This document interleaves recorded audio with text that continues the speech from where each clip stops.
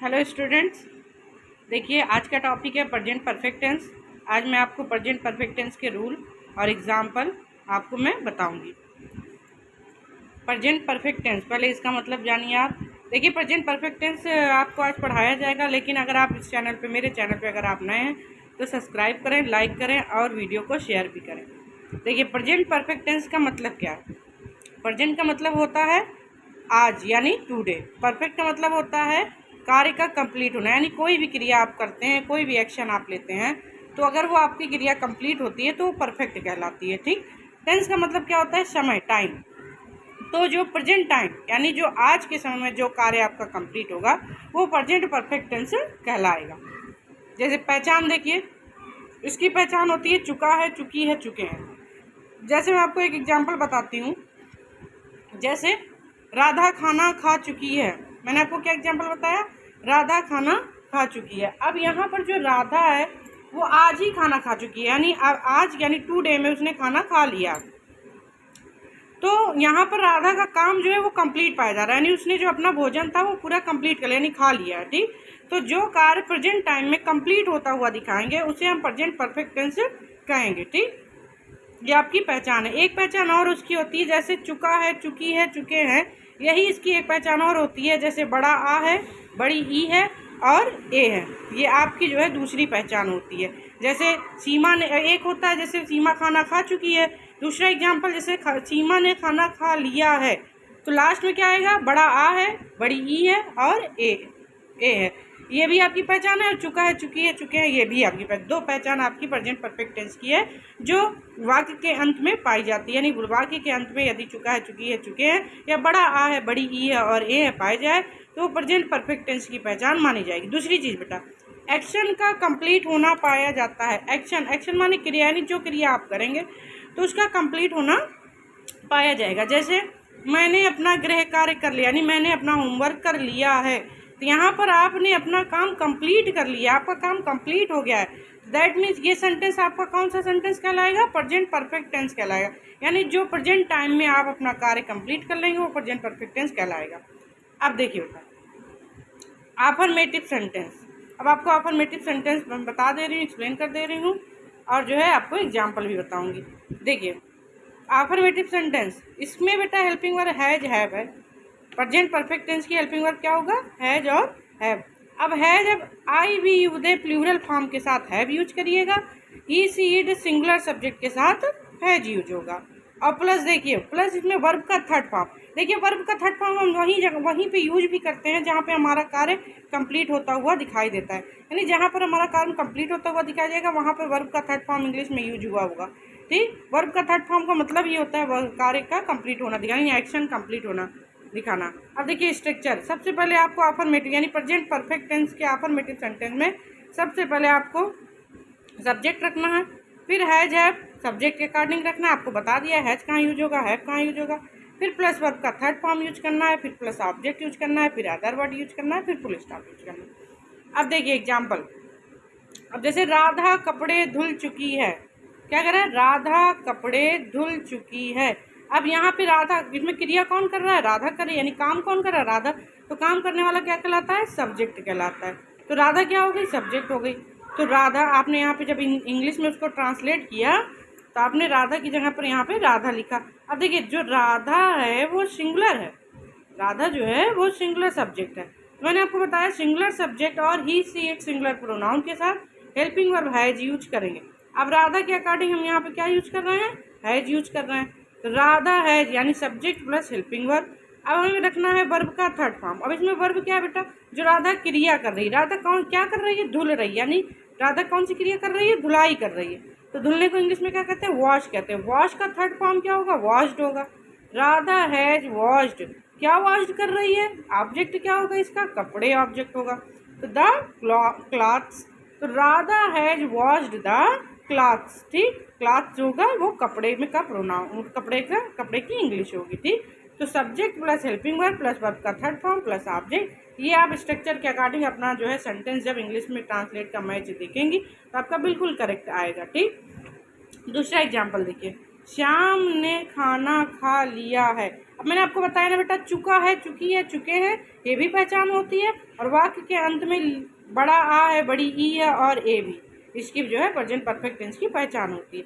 अब है तो प्रेजेंट टेंस है, और चुका चुकी है तो परफेक्ट है, या बड़ा आ बड़ी ई और ए है तब भी आपका प्रेजेंट परफेक्ट टेंस कहलाएगा। अब यहाँ पे बड़ा आ देखिए, लिया, बड़ा आ है, ठीक। श्याम ने खाना खा लिया है, सब्जेक्ट इसमें काम कौन कर लिया है, किसने कर लिया, श्याम ने कर, श्याम सब्जेक्ट हो गया। श्याम के अकॉर्डिंग हम हेल्पिंग वर्ब हैज रखेंगे, जैसा आपको बताया मैंने, सिंगुलर के साथ हैज लगेगा। उसके बाद खाने, या क्रिया क्या है, खाना। अब खाने को हम क्या करते हैं बेटा, ईटन कहते हैं, ईट कहते हैं, ईट का थर्ड फॉर्म ईटन होता है। श्याम हैज ईटन, क्या ईट कर लिया इसने, फूड। फूड क्या हो गया, इसका ऑब्जेक्ट हो गया। तो Shyam has eaten the food, यानी subject plus helping verb plus verb का थर्ड फॉर्म प्लस ऑब्जेक्ट, ये आपके स्ट्रक्चर के अकॉर्डिंग मैंने सेंटेंस चेंज किया है। मैंने अपना गृह कार्य पूरा कर लिया है, मैंने अपना गृह कार्य पूरा कर लिया। अब इसको ट्रांसलेट करना बेटा, सबसे पहले हमें क्या रखना है, देखिए स्ट्रक्चर में सबसे पहले हमें सब्जेक्ट रखना है। सब्जेक्ट में क्या है, मैंने का इंग्लिश क्या होगा, आई होगा। अब आई के साथ आई भी यूज है, प्लूरल फॉर्म के साथ हम हेल्पिंग वर्ब क्या लगाएंगे, हैव लगाएंगे, ठीक। तो क्या लगाया मैंने, आई के साथ helping verb have. I have, इसने क्या कर लिया है, पूरा कर लिया है, ठीक। इसने क्रिया क्या की है, पूरी की है। पूरी को क्या कहते हैं बेटा, कंप्लीट। कंप्लीट का थर्ड फॉर्म होता है कंप्लीटेड। आई हैव कंप्लीटेड, क्या कंप्लीट किया इसने, अपना गृह कार्य।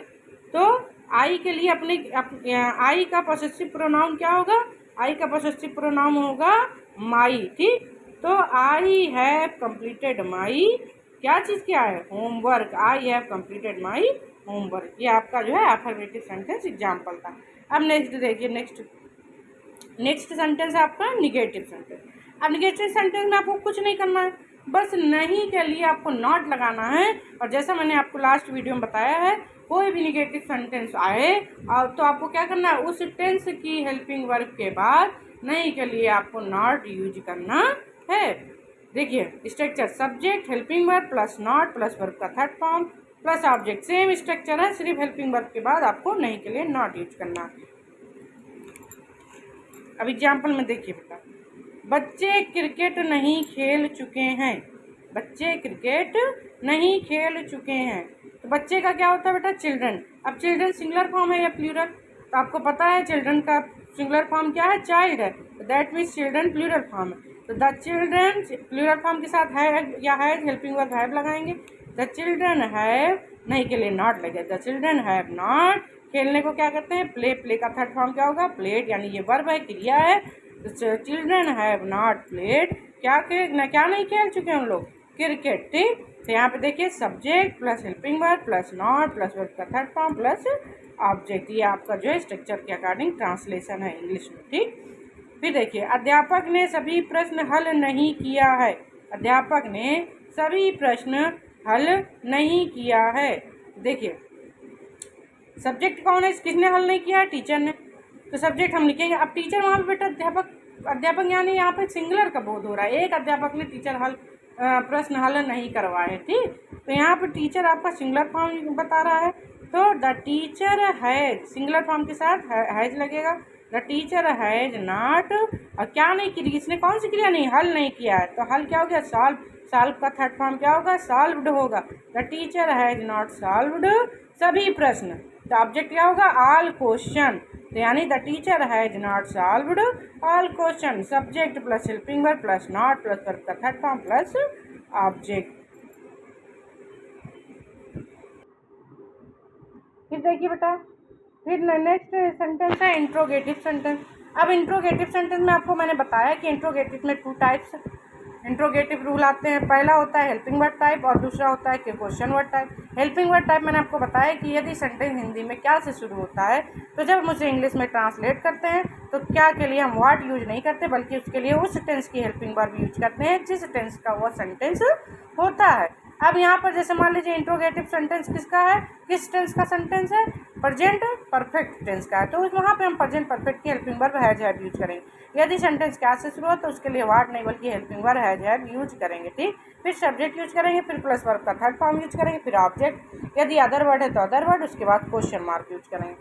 अब देखिए दूसरा टॉपिक है यदि वाक्यों के बीच में क्या, कब, कहाँ, कैसे, क्यों आए। तो जब उसकी हम इंग्लिश ट्रांसलेशन करेंगे तो हम इंग्लिश ट्रांसलेशन करते समय उस क्वेश्चन वर्ड को हम सबसे पहले लिखेंगे जो हिंदी वाक्य में बीच में आएगा। ठीक, question word plus helping word plus subject plus verb का third form plus object plus other word. अब देखो, क्या श्याम पतंग खोज चुका है। अब सेंटेंस किससे शुरू हुआ बेटा, क्या से शुरू हुआ है। देखो, चुका है, चुकी है, चुके हैं, ये आपकी प्रेजेंट परफेक्ट टेंस की पहचान है। सबसे पहली चीज़ है तो प्रेजेंट टेंस है, चुका चुकी है तो परफेक्ट टेंस है। ठीक, तो ये प्रेजेंट परफेक्ट टेंस की आपकी पहचान मिल गई। सेंटेंस से किससे शुरू हुआ है, क्या से शुरू हुआ है। तो क्या के लिए हम व्हाट यूज नहीं करेंगे, क्या के लिए जैसे मैंने बताया, क्या के लिए व्हाट नहीं बल्कि उस टेंस का हेल्पिंग वर्ब यूज किया जाता है जिस टेंस का वह सेंटेंस होता है। अब क्या, श्याम, श्याम सब्जेक्ट है, सिंगुलर सब्जेक्ट, इसलिए यहाँ पर हैज या है, यहाँ पर हैज लगेगा। तो हैज श्याम, हैज श्याम, देखो helping verb plus subject, has Shyam, फिर वर्ब का थर्ड फॉर्म। अब इसमें वर्ब क्या है बेटा, खोजना, खोजने क्या कहते हैं, सर्च। थर्ड फॉर्म सर्च का क्या होता है, सर्चड होता है। हैज श्याम सर्चड, क्या चीज़ खोज रहा है बेटा, काइट। तो has Shyam searched the kite, क्या श्याम ने पतंग खोज चुका, या पतंग खोज लिया है, या पतंग खोज चुका है, बात एक ही हो। फिर देखिए, क्या तुम कपड़े खरीद चुके हो, have you bought the cloth. अब देखो, क्या तुम कपड़े खरीद चुके हो, चुका है, चुकी है, चुके किसकी पहचान है, प्रेजेंट परफेक्ट टेंस की पहचान है तो प्रेजेंट है, चुका चुकी है तो परफेक्ट है। यह प्रेजेंट परफेक्ट टेंस की पहचान है। कौन सा सेंटेंस, इंट्रोगेटिव, क्योंकि लास्ट में प्रश्न सूचक मार्क लगा है। और सेंटेंस किससे शुरू हुआ है, क्या से शुरू हुआ है। ठीक, तो अब हम कैसे ट्रांसलेट करेंगे बेटा, क्या से शुरू है, इसके लिए हम व्हाट नहीं बल्कि उसका हेल्पिंग वर्ब लगाएंगे जो जिसका वह सेंटेंस है, जिस टेंस का वह सेंटेंस है। अब देखिए, सब्जेक्ट क्या है, तुम यानी यू, तो मैंने आपको बताया आई बी यू के साथ हैव लगेगा। ठीक है, तो यहाँ पर हेल्पिंग वर्ब हम हैज नहीं बल्कि क्या यूज करेंगे, हैव यूज करेंगे। तो हैव, फिर हम क्या लगाएंगे, सब्जेक्ट यू, तो हैव यू बॉट, बॉट माने होता है खरीदना। ठीक, तो have you bought the cloth, cloth माने आपको बताया, क्लॉथ माने क्या होता है, कपड़े होते हैं। Have you bought the cloth. ठीक, फिर हमें क्या लगाना है, क्वेश्चन मार्क, यानी helping verb plus subject plus verb का third form plus object plus question mark. अब देखिए बेटा, राधा ने मेरी किताब क्यों चुराई है, राधा ने मेरी किताब क्यों चुराई है। तो अब देखो, क्वेश्चन मार्क बीच में आया, क्या, कब, कहाँ, कैसे, क्यों बीच में है, तो उसकी इंग्लिश हमें सबसे पहले लिखनी है। तो हमने यहाँ पे क्या लिख दिया है, question word Y has Radha, Radha के अकॉर्डिंग हमने हैज लगाया, वाई हैज राधा, वर्ब का थर्ड फॉर्म चुराने का स्टील होता है, स्टील का थर्ड फॉर्म स्टोलन होता है, stolen my book, why has Radha stolen my book.